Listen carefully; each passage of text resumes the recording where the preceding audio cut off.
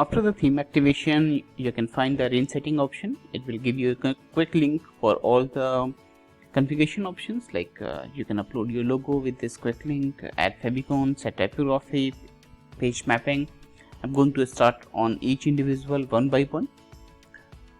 First of all, I'm going to upload the logo files, which include any logo which have dimensions greater than the 300 pixel width, and at the same time we can also set up the favicon. The ideal size for the favicon is it's a default WordPress configuration, and this suggests 512 cross 512 pixel.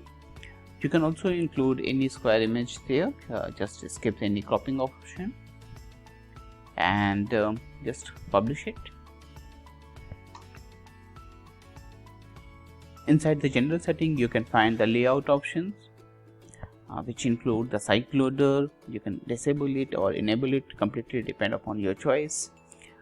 The default site container width is 1170. You can change the width of the site in some percentage value or any fixed value for this container. You can also configure the sidebar width for the site. It will impact all the sidebar which are active on any page or any CPT of the website. You can keep that width approximately between 25% to 30%, depend upon your website wireframe.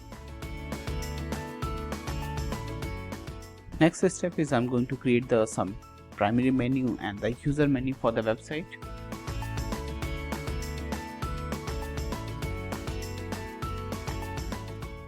We also have two menu locations. First is the primary menu, second is the user menu. I'm going to create a user menu as well at the same time, and I'm going to include dedicated WordPress links for that one. Now on the front end of the website, now you can have the primary menu and the user menu here. Next step, what we are going to configure things is the color scheme and the typography. You can find the color scheme inside the customizer option. We have a dedicated section for the colors, which include all possible variation for the color. There's a color, click on that one. Themes also comes with the default color schemes, and you can also choose inbuilt color scheme as well. You can also take a live preview of these color schemes quickly. Just make a switch, and you can start with any of these existing color scheme as well, or you can also start with the clean or the default color scheme and make all those changes yourself one by one.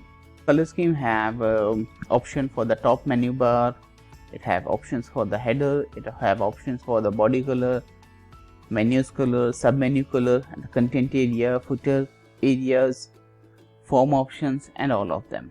So most of the color schemes, link color, hover color, everything is straightforward. Inside the top typography section, you can find it inside the general typography, and it comes with the body font, site title font, header menu font, header sub menu font, H1 head, H2, H3, H4, H5, H6, and including the font combination for the block quote. And each combination of font have font family options, variant options, font size, letter spacing, text alignment, and the text transformation.